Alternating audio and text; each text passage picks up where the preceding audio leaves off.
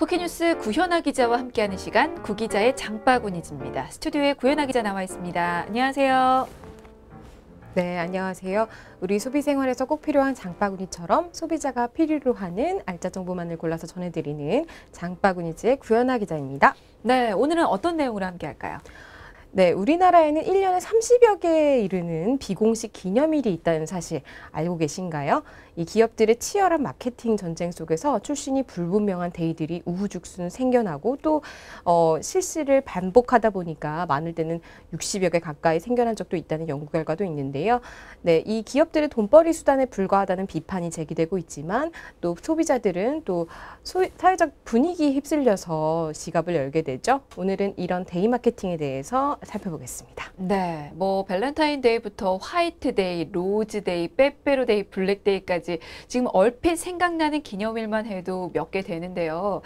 근데 요즘에는 이런 단순 기념일로 끝나는 게 아니고 특정 날짜를 두고 할인 이벤트를 진행하는 각종 데이 마케팅들이 이어지고 있습니다. 오늘 관련 내용 살펴봅니다. 자, 이런 데이들을 우리가 잘 알고 있는 만큼 많이들 챙기는 거죠? 네, 그렇습니다. 네. 지난 2015년 한 취업 포털이 성인 남녀 567명을 대상으로 데이 마케팅에 대한 인식 설문조사를 한 결과를 보면요.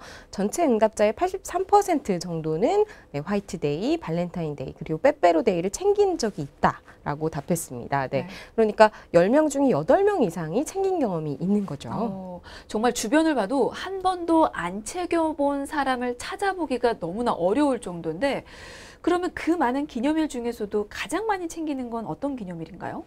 네, 기념일을 챙긴다고 답한 471명이 가장 많이 챙기는 기념일은 바로 빼빼로데이였습니다. 네, 복수 응답으로 72.8%가 빼빼로데이를 꼽았고요. 또 2위가 발렌타인데이, 네, 3위가 화이트데이였습니다.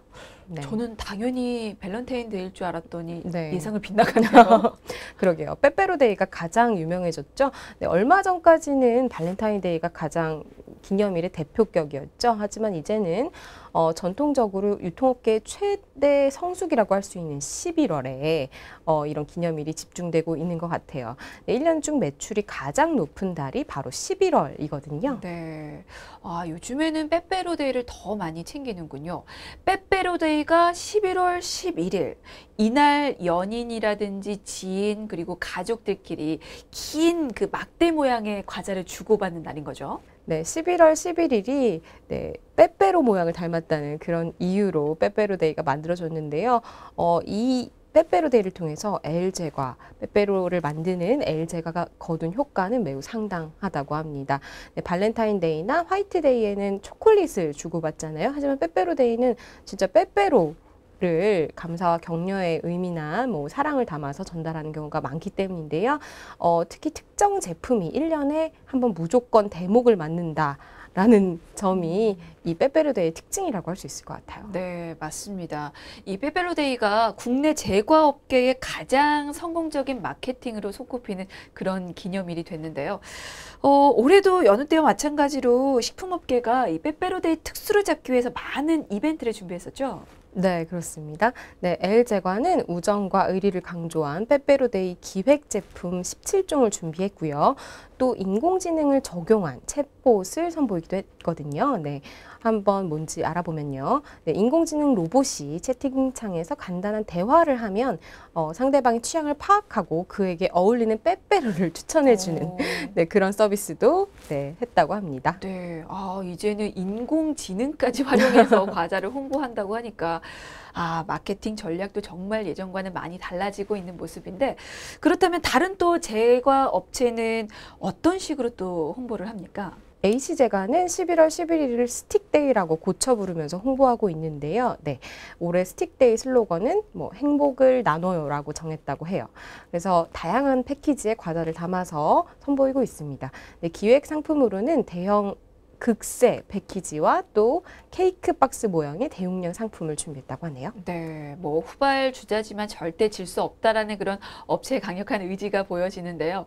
이게 긴 모양의 과자뿐만 아니라 다른 제품들도 좀 많이 나와 있었던 것 같아요. 네네. 한 베이커리에서도 빼빼로데이를 앞두고 신제품 20여 종을 출시하기도 했는데요. 네. 네, 뭐 Give Your Heart를 테마로 한 쌍의 커플을 상징하는 캐릭터 패키지에 위트있는 메시지들을 담아냈고요.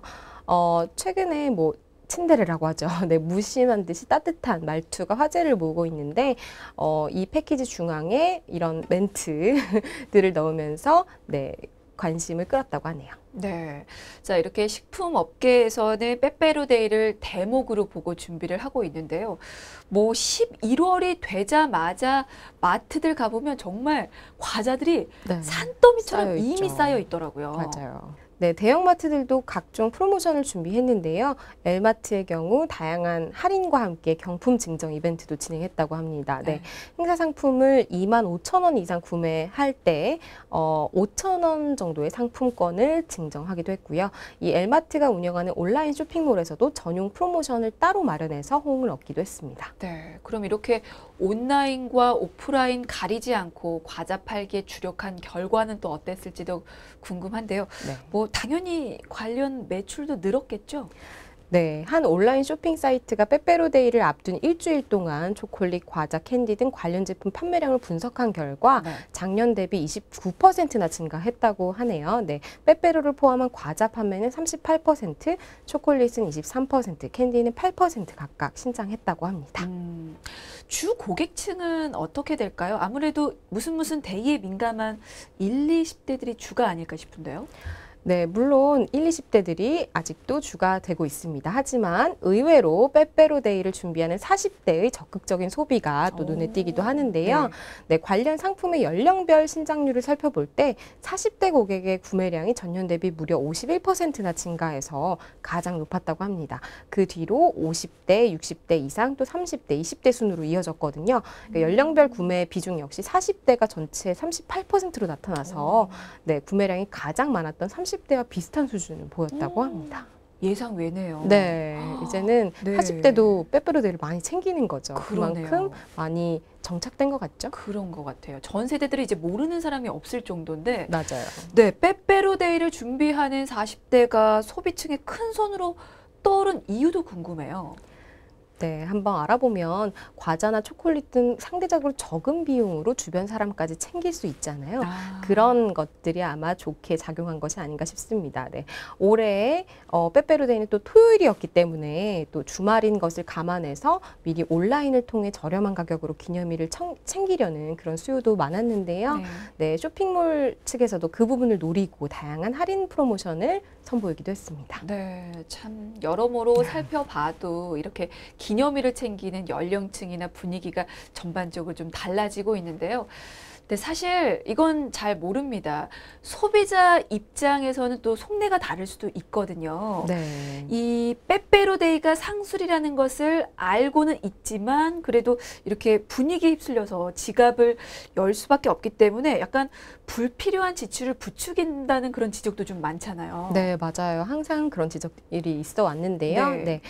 특히 남녀 간 인식 차이가 좀 있는 것 같아요. 네. 필요 없는 소비를 부추기는 상술이라는 답변이 여성보다 남성이 높게 나타났다고 합니다. 네, 억지스럽고 또 우리 정서에 맞지 않는다는 답변도 남성이 여성보다 더 높았다고 해요. 또한 각종 기념일을 챙기고 후회한 적 있냐라는 질문에 전체의 56.7%가 뭐 있다라고 대답했다고 하거든요. 결국 절반 이상은 후회를 한 셈이 되죠. 네. 그렇군요. 그러니까 본인은 챙길 마음이 없는데 분위기에 휩쓸려서 맞아요. 또 이런 걸 챙기는 경우가 있다 보니까 소비자 입장에서는 또 이게 부담으로 작용을 하겠군요. 맞아요. 저도 사실 그런 경우가 많거든요. 네. 네, 실제 한 구인구직 포털이 회원 3,200여 명을 대상으로 설문조사한 결과 20대 10명 중 7명은 빼빼로데이 선물 비용 지출에 부담을 느끼는 것으로 조사되기도 했습니다. 네. 그러면 이번에는 기업 입장에서 또 살펴보도록 할게요. 특정 상품인 빼빼로가 기념일로 쓰이는 것을 두고 제과 업체의 상술이라는 비판이 매년 제기가 되지만 사실 기업 입장에서 볼 때는 이게 단연 효자 상품이 될 수밖에 없을 것 같아요. 그렇죠. 네, 실제로 LG화는 지난해 11월 한 달 동안 빼빼로 단일 품목으로 약 600억 원의 매출을 올렸는데요. 그건 이 회사의 전체 연매출 중에 약 55%에 해당하는 수치라고 합니다. 용량을 줄이면서 또 가격은 그대로 해놓고 또 얼마 후에 가격을 올리고 또다시 용량을 늘리면서 가격은 많이 올리고 이런 것을 반복한 끝에 상당한 매출을 올릴 수 있었다고 하는데요. 실제로 18년 만에 빼빼로 용량은 6g 늘었던 반면 가격은 6배로 뛰었다고 하네요.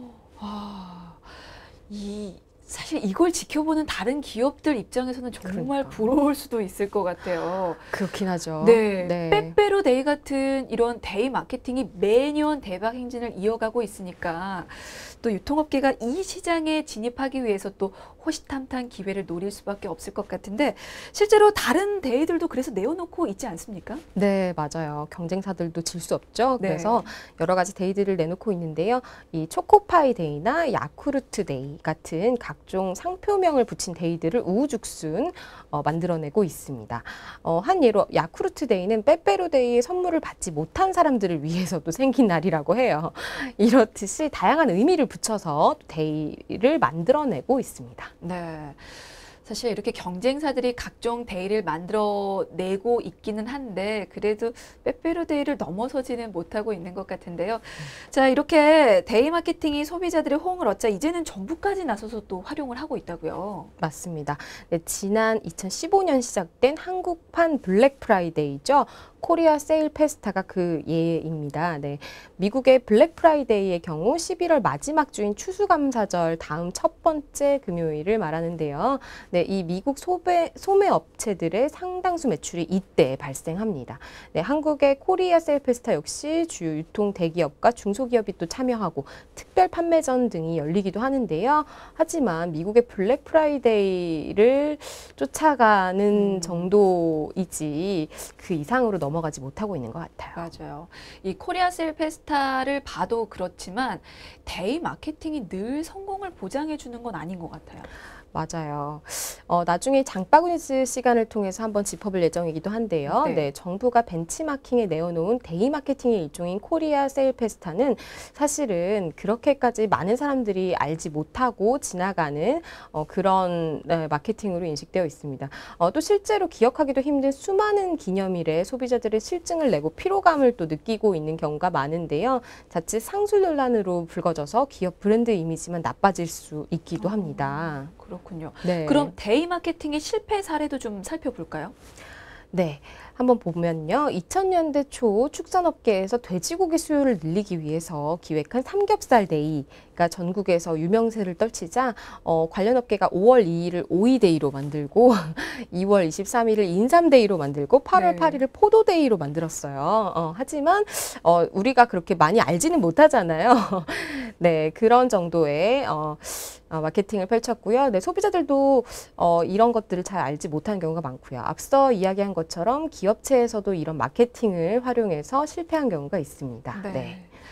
결국 이게 잘 되면 대박이지만 잘 못 되면 이게 쪽박 신세라고 데이 마케팅이 정말 잘 되면 돈을 쓸어 모으지만 이거 잘못 기획됐다가는 그 남아도는 재고는 어떻게 해요? 그러니까요. 그래서 일각에서는 이 같은 업체에 데이 마케팅을 두고 사람들이 소중한 사람들을 챙겨주고 싶은 그런 마음을 이용해서 소비를 부추긴다는 지적이 일고 있는데요. 또 반대로 소비 불황 속에 기업들이 이윤을 내고 또 소비자들은 추억을 가져갈 수 있다. 그런 주장도 나오고 있습니다. 네. 최근에 또 눈여겨봐야 할 부분이 또 다른 의미의 데이 마케팅이 나오고 있습니다. 온라인 쇼핑몰을 중심으로 특정 날짜를 임의로 정해서 이게 대규모 할인 행사를 진행하는 건데요. 그런 데이 마케팅이 또 하나의 문화로 자리 잡아가고 있다면서요? 네. 기존에는 계절별로 1, 2주 동안 별도의 박앤세일 기간을 정해서 할인 행사를 진행하던 백화점 등 오프라인 기성 유통 채널과 차별화된 행보가 나타나고 있습니다.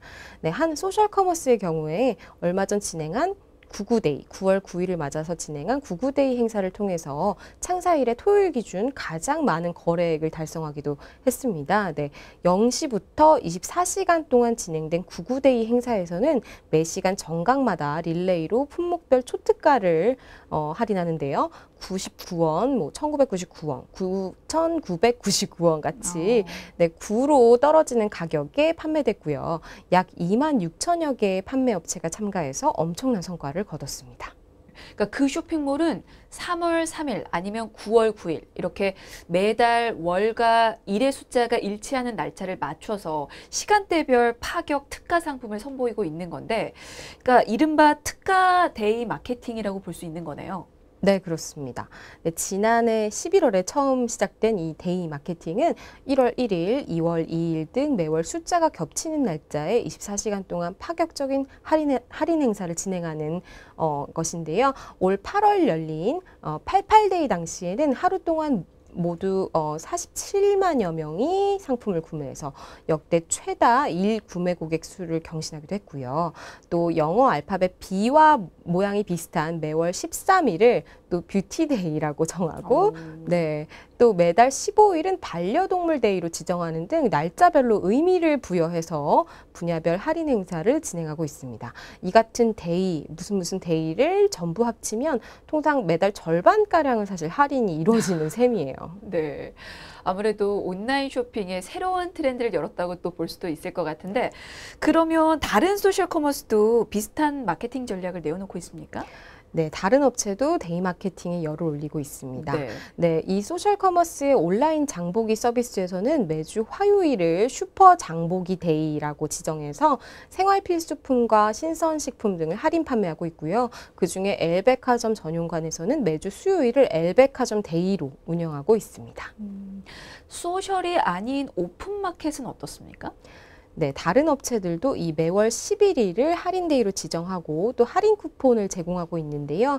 한 예로 카드사별로 1만 원 이상 구매 고객에게 11% 할인 쿠폰을 지급하고요. 또 S텔레콤 고객은 멤버십을 이용해서 11% 차감 할인을 받을 수 있게 하는 등 숫자 11과 관련된 할인으로 브랜드 각인 효과를 높이고 있습니다. 네, 근데 이런 움직임들이 성숙기에 접어든 국내 이커머스 업계의 새로운 성장 동력이 될 수도 있을 것 같은데 어떻습니까?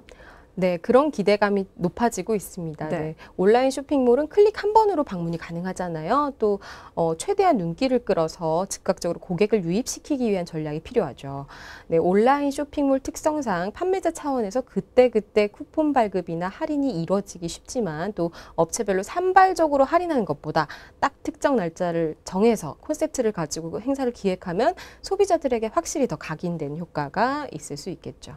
네, 또 데이 마케팅을 진행한 직후에는 가입자 수 증가, 또 관련 상품 추가 판매 등의 실적으로 이어지기 때문에 앞으로 이 같은 추세가 계속될 것으로 보입니다. 네, 얘기 잘 들었습니다. 자, 오늘 구현아 기자와 함께한 장바구니지에서는 각종 데이 마케팅에 대해서 살펴봤습니다.